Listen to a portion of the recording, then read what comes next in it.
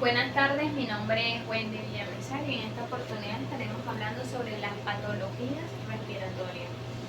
Principalmente tenemos lo que es la exploración respiratoria, que se establece como un examen físico crucial para evaluar la funcionalidad de los pulmones y vías respiratorias, siendo esencial en el razonamiento clínico de enfermedades respiratorias. Durante este examen se identifican signos relevantes que permiten integrar síndromes respiratorios orientados hacia el diagnóstico y la necesidad de realizar estudios complementarios.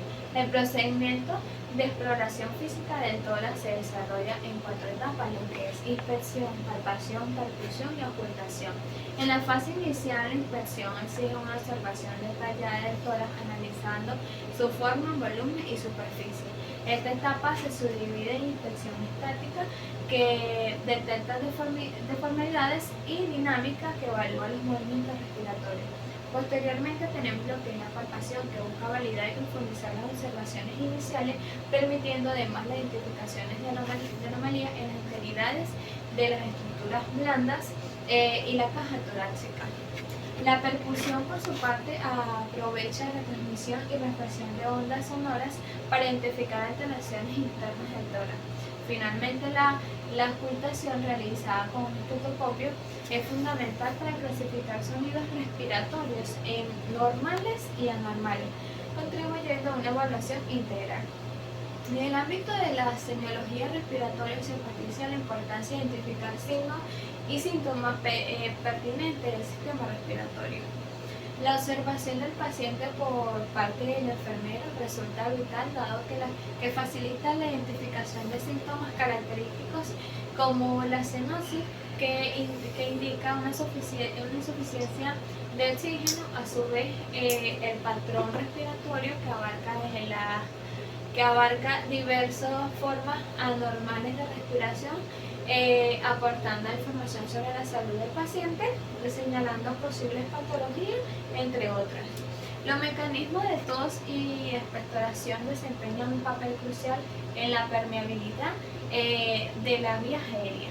La tos se clasifica según su duración, mientras que la expectoración proporciona indicios sobre la infección a partir de tipo de esputos. Además, la hemotisis, que involucra la presencia de sangre en el esputo, demanda atención urgente, por consecuencia potencialmente grave. La disnea, entendida como percepción subjetiva de la dificultad respiratoria, también es un síntoma relevante que se debe distinguir de otros trastornos como la taquipnea o hipernea. Por último, el análisis de los ruidos respiratorios mediante la auscultación pulmonar permite detectar alteraciones, diferenciando entre sonidos normales como el murmullo vesicular, y anormales como sibilancias, roncos, crepitantes, estertores y roces pleurales. La gasometría arterial, realizada en la arteria radial de la muñeca, es un análisis crucial que mide los niveles de oxígeno, dióxido de carbono y el pH en la red de sangre, siendo esencial para diagnosticar la insuficiencia respiratoria. Gracias a estas pruebas se puede no solo cuantificar los gases en sangre, sino también detectar y seguir la evolución de patologías que influyen en el intercambio gaseoso, como la enfermedad pulmonar obstructiva crónica. Por otra parte, la oxigenoterapia se considera el tratamiento principal para la insuficiencia respiratoria, tanto como aguda como crónica, ya que suministra aire enriquecido con oxígeno para corregir la hipoxia, elevando la presión respiratoria de oxígeno y la presión parcial del oxígeno. En relación con los dispositivos de oxigenoterapia, se divide en bajo y alto flujo. Los primeros, como las cánulas nasales, depende del patrón respiratorio del paciente, mientras que los últimos, como la mascarilla Respimax, caracterizada una concentración de oxígeno constante.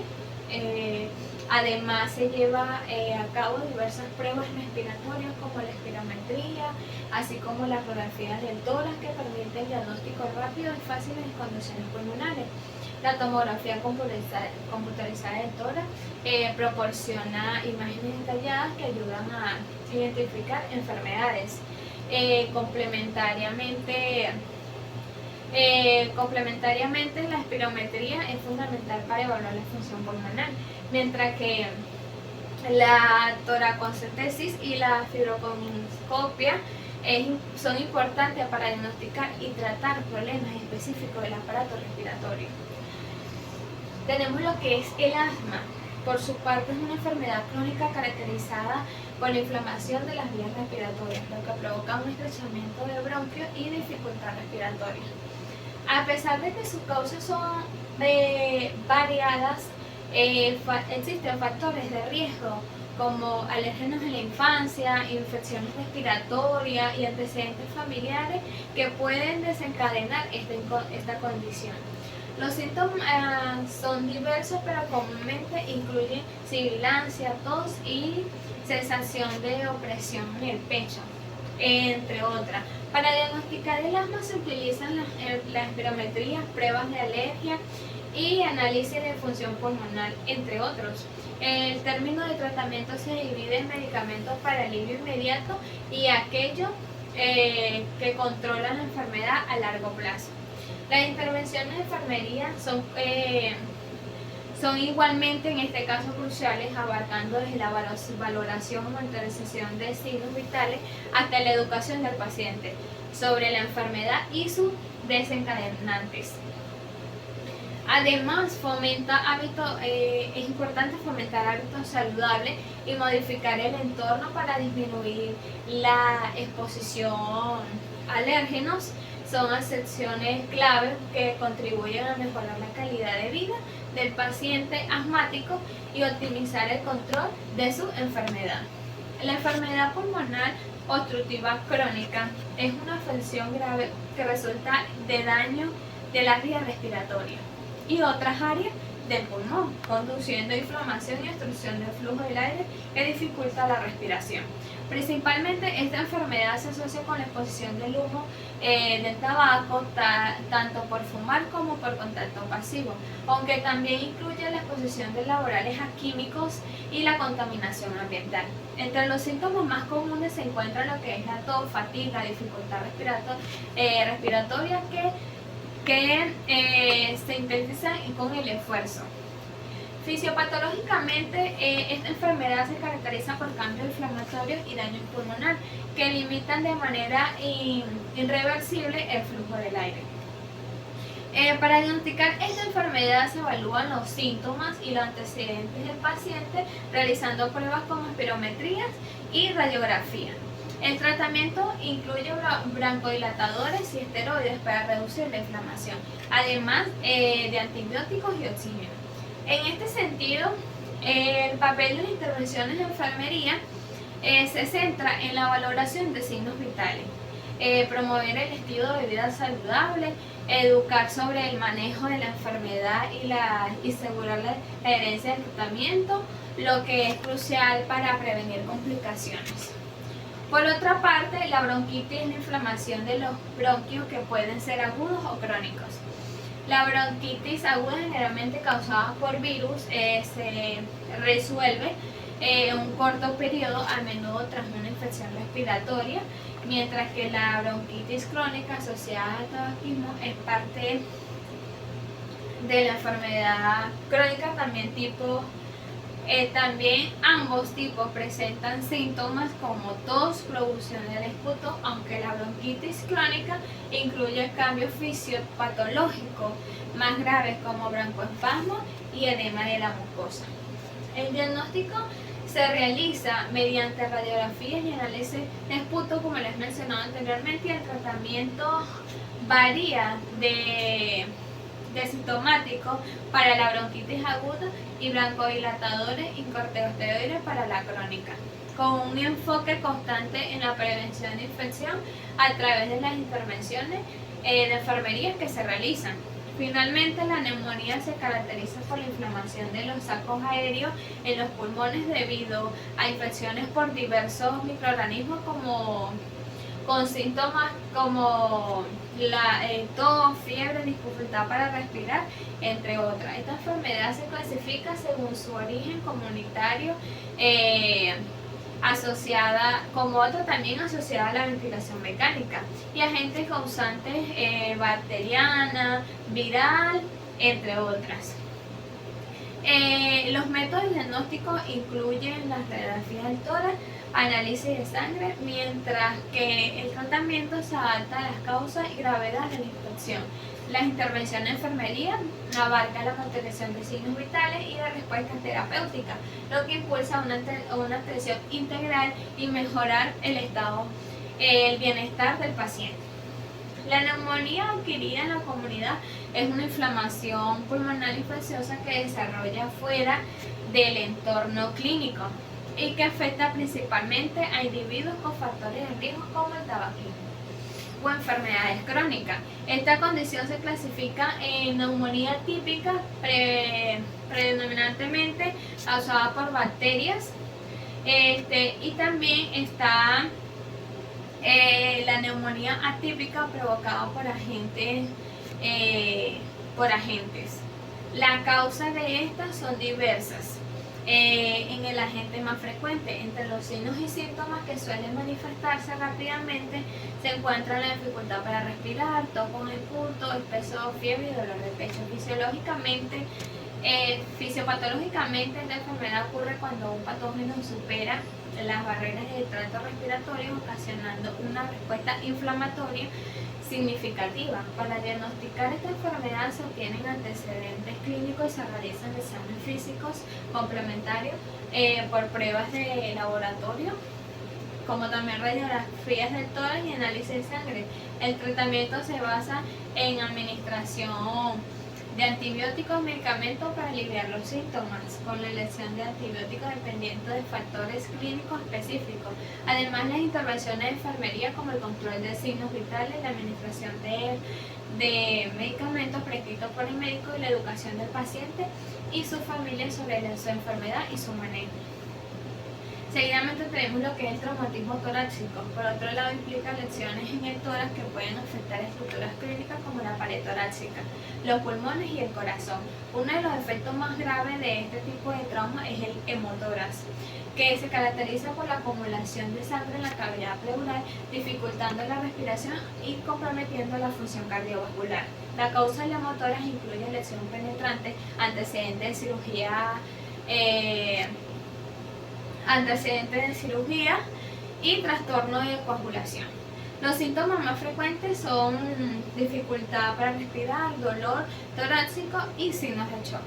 Fisiopatológicamente, la rotura de vasos sanguíneos en el espacio pleural provoca la acumulación sanguínea, ejerciendo presión sobre los pulmones. Para diagnosticar el hemotórax se emplean métodos como radiografía, tomografía computarizada y ecografía torácica. El tratamiento suele incluir drenaje torácico para eliminar la sangre acumulada, exposición de líquido y, en casos graves, las cirugías. Las intervenciones de enfermería en este contexto serían monitorear los signos vitales, la administración de oxígeno y analgésico prescrito por el médico. Además, como las anteriores, la educación al paciente y a su familia sobre el manejo del hemotórax. Finalmente, el hemotórax es otro problema respiratorio que implica el colapso pulmonar debido a la entrada del aire en el espacio pleural, el cual puede ser resultado de lesiones torácicas o afecciones pulmonares. Los síntomas incluyen dolor torácico, dificultad respiratoria y cianosis. El diagnóstico se realiza también mediante radiografía y en ocasiones tomografía computarizada. El tratamiento puede involucrar aspiración con aguja o colocación de un tubo torácico. Dependiendo de la severidad del colapso, las intervenciones de enfermería de enfermería pneumótora son similares a las de hemotórax, enfocándose en la monitorización de signos vitales, la gestión del dolor, así como la educación del paciente. El derrame pleural se caracteriza por la acumulación del líquido en el espacio pleural, lo que puede dificultar la expansión pulmonar y en consecuencia la respiración. Esta condición puede tener diversas causas, siendo la insuficiencia cardíaca la más común. Otras causas significativas incluyen la cirrosis, infecciones pulmonares, la pleuritis y enfermedades autoinmunes. Entre los síntomas más comunes se encuentra el dolor torácico, agudo, tos, fiebre, dificultad para respirar y respiración rápida.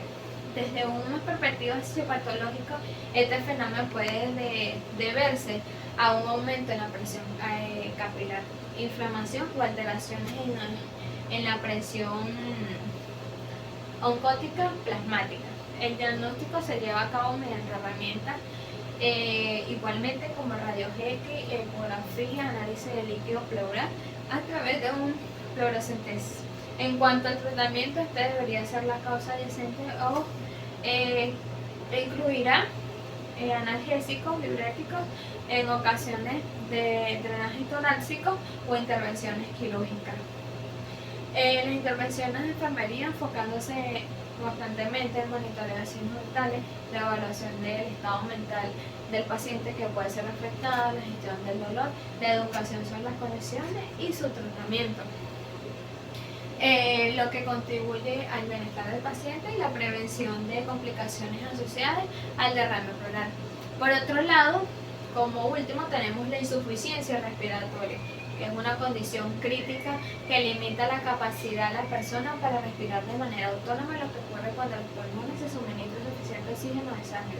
La respiración que implica la inhalación de oxígeno y la inhalación de dióxido de carbono es esencial para la vida, ya que el oxígeno es necesario para el adecuado funcionamiento de los órganos y tejidos. Los síntomas de respiración pueden variar según las causas, con distinciones entre formas agudas que pueden ser potencialmente mortales y crónicas. La disminución de oxígeno puede provocar cansancio extremo, dificultad en las actividades diarias, mientras que un exceso de dióxido de carbono puede resultar en síntomas como confusión y visión borrosa. Desde el ámbito fisiopatológico, diversos mecanismos contribuyen a afecciones, incluyendo el deterioro a la ventilación alveolar y alteraciones en la relación ventilación y perfusión, que reducen la eficacia de intercambios gaseosos. Por esta razón, métodos diagnósticos como la gasometría arterial y medición de la oxigenación son cruciales para evaluar la gravedad de la insuficiencia. En cuanto al tratamiento médico, se utilizan broncodilatadores esteroides inhalables y también antibióticos, así como la oxigenoterapia para mejorar la oxigenación del paciente.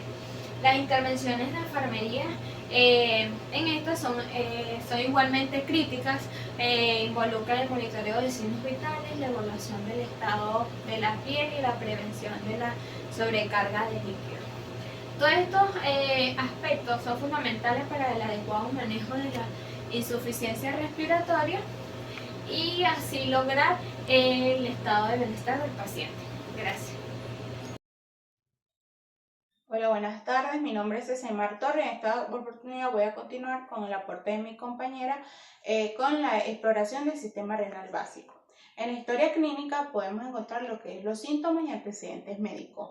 En el examen físico realizaremos la inspección, palpación y percusión. Las pruebas de laboratorio son análisis de orina, cultivo de orina, pruebas de sangre, incluyen niveles de creatinina, urea, electrolitos como sodio y potasio, y pruebas de función renal como la tasa de filtración glomerular. En los estudios de imagen tenemos los ultrasonidos renal y la tomografía computarizada o resonancia magnética. Ahora vamos con lo que es la semiología renal básica.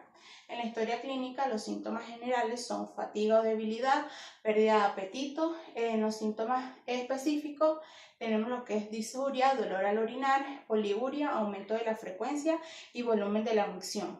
Oliguria, que es disminución en el volumen de la orina. Anuria, ausencia de producción de orina. Hematuria, presencia de sangre en la orina, microscópica o macroscópica. Proteinuria, presencia de proteínas en la orina. El edema, que es la hinchazón especialmente en las extremidades o en la cara. El dolor lumbar puede indicar problemas renales o urológicos. En el examen físico tenemos la inspección, que es observar signos de edema en extremidades, cara o abdomen. evaluar cambios en la piel como coloración y erupciones. En la palpación, palpar el abdomen para detectar masa o hepatomegalia.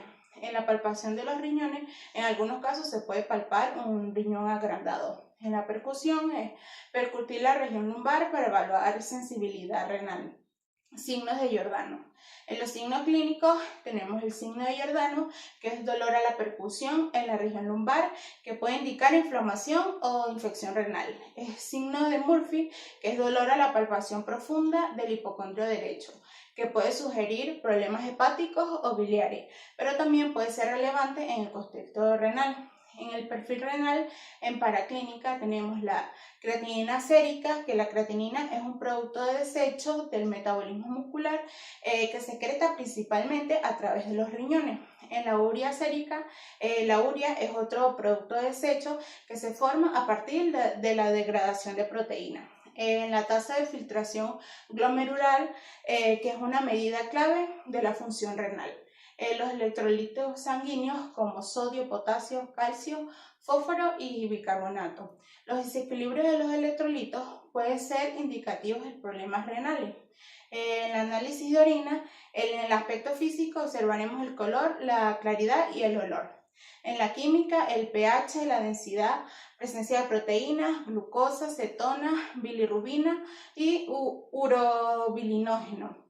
Hemoglobina y nitritos. El ultrasonido renal, aunque no es parte del perfil bioquímico, el ultrasonido renal es útil para evaluar la anatomía renal. En las pruebas y estudios renales más comunes, como la toma de muestras para el uroanálisis simple y preparación de pacientes para estudios renales. En la toma de muestras para uroanálisis simple, tenemos informar al paciente sobre el procedimiento y su finalidad. Indicar que evite alimentos o medicamentos que puedan alterar los resultados. El paciente debe limpiar el área genital con toallitas desinfectantes. Se recomienda que el paciente orine un poco en el inodoro y luego recoja una muestra en un recipiente estéril, aproximadamente de 30 a 50 ml. En la preparación de pacientes para estudios renales, informar al paciente sobre el tipo de estudio que se realizará, por ejemplo, ecografía, tomografía computarizada o resonancia magnética. Explicar el procedimiento y responder cualquier pregunta que pueda tener. Confirmar si el paciente tiene alergias a contraste, en caso de que los estudios requieran medios de contraste. Instrucciones específicas según el estudio. Ecografía renal generalmente no requiere preparación especial, pero puede ser útil que el paciente beba agua antes del estudio para distender la vejiga. En el hemodiálisis, balance hídrico y control de líquidos por parte de enfermería. La hemodiálisis es un procedimiento que utiliza una máquina y un filtro conocido como dializador para eliminar desechos y exceso de líquidos en la sangre. Es un tratamiento común para pacientes con insuficiencia renal crónica o aguda.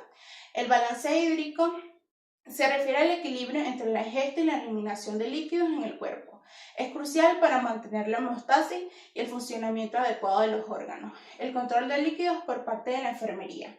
Evaluación inicial. Evaluar el estado general del paciente, incluyendo signos de sobrecarga de líquido que se manifiesta con edema y dificultad para respirar. Medir y registrar el peso del paciente antes de cada sesión de diálisis. Registro de ingesta y eliminación de líquido. Intervención durante la diálisis. Monitorear signos vitales y parámetros durante la sesión de diálisis. Ajustar el volumen de líquido, eliminar según el peso y la necesidad del paciente. Evaluación postdiálisis. Evaluar el estado del paciente durante cada sesión, incluyendo signos vitales y cualquier síntoma relacionado con cambios en el balance hídrico. También debemos documentar cualquier cambio en el estado clínico del paciente. Ahora bien, continuamos con lo que es la glomerulonefritis. La glomerulonefritis es una enfermedad renal que afecta a los glomérulos, que son las estructuras responsables de filtrar la sangre en los riñones. Dentro de las causas tenemos el lupus eritematoso sistemático, diabetes mellitus y vasculitis como la poliangiitis microscópica. Infecciones como hepatitis B, hepatitis C y VIH. Dentro de los signos y síntomas tenemos edema, proteinuria, hematuria, oliguria, hipertensión, y fatiga. En los síntomas sistemáticos tenemos fiebre, malestar general, pérdida de apetito. La fisiopatología de la glomerulonefritis implica la inflamación de los glomérulos, que puede ser mediada por mecanismos inmunológicos en respuesta a una infección o daño a los tejidos. El sistema inmunológico puede generar un anticuerpo que ataca los glomérulos. Entre los métodos diagnósticos paraclínicos e imagenológicos tenemos análisis de la orina, análisis de sangre, biopsia renal y estudios imagenológicos. En el tratamiento médico farmacológico usamos antiinflamatorios como corticosteroides, prednisona para reducir inflamación, inmunosupresores como azithromicina o ciclofosfamida en casos severos o autoinmunes, antihipertensivos que son inhibidores o bloqueadores de los receptores de angiotensina para controlar la presión arterial y reducir la proteinuria, diuréticos para manejar el edema. Dentro de las intervenciones de enfermería tenemos controlar signos vitales, especialmente presión arterial, evaluar peso diario para detectar cambios en el balance hídrico, informar sobre la importancia del seguimiento médico y cumplimiento del tratamiento, enseñar sobre las restricciones de líquidos y dieta baja en sodio. Ahora continuamos con lo que es la pielonefritis. La pielonefritis es una infección del tracto urinario que afecta a los riñones, especialmente el tejido renal y el sistema de recolección.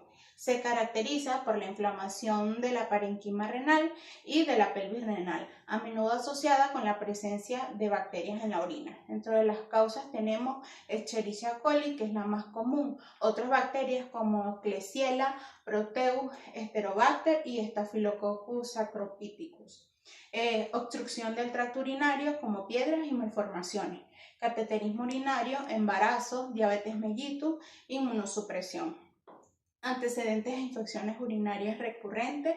Dentro de los signos y síntomas tenemos fiebre, escalofrío, dolor en el flanco, disuria, aumento de la frecuencia urinaria, urgencia urinaria, náuseas, vómitos y malestar general.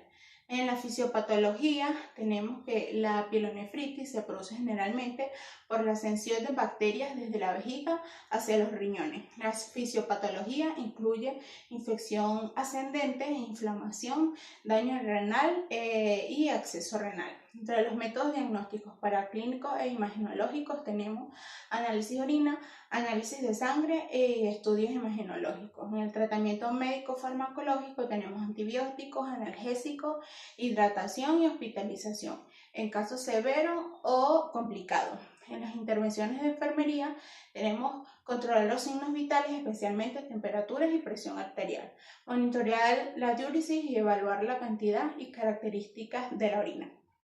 Informar sobre la importancia del cumplimiento del tratamiento antibiótico. Educar sobre medidas preventivas para evitar infecciones urinarias recurrentes. Mantener una buena higiene, aumentar la ingesta de líquidos. Ahora continuamos con lo que es la litiasis renal. La litiasis renal, comúnmente conocida como cálculos renales o piedras en los riñones, es una condición caracterizada por la formación de cristales sólidos en el interior de los riñones. Las causas son hipercalcemia, hiperuricemia, ingesta insuficiente de líquidos que conduce a una orina más concentrada, consumo excesivo de proteínas, enfermedades como la gota, infecciones del tracto urinario o enfermedades renales hereditarias. Historia familiar de los cálculos renales puede aumentar el riesgo.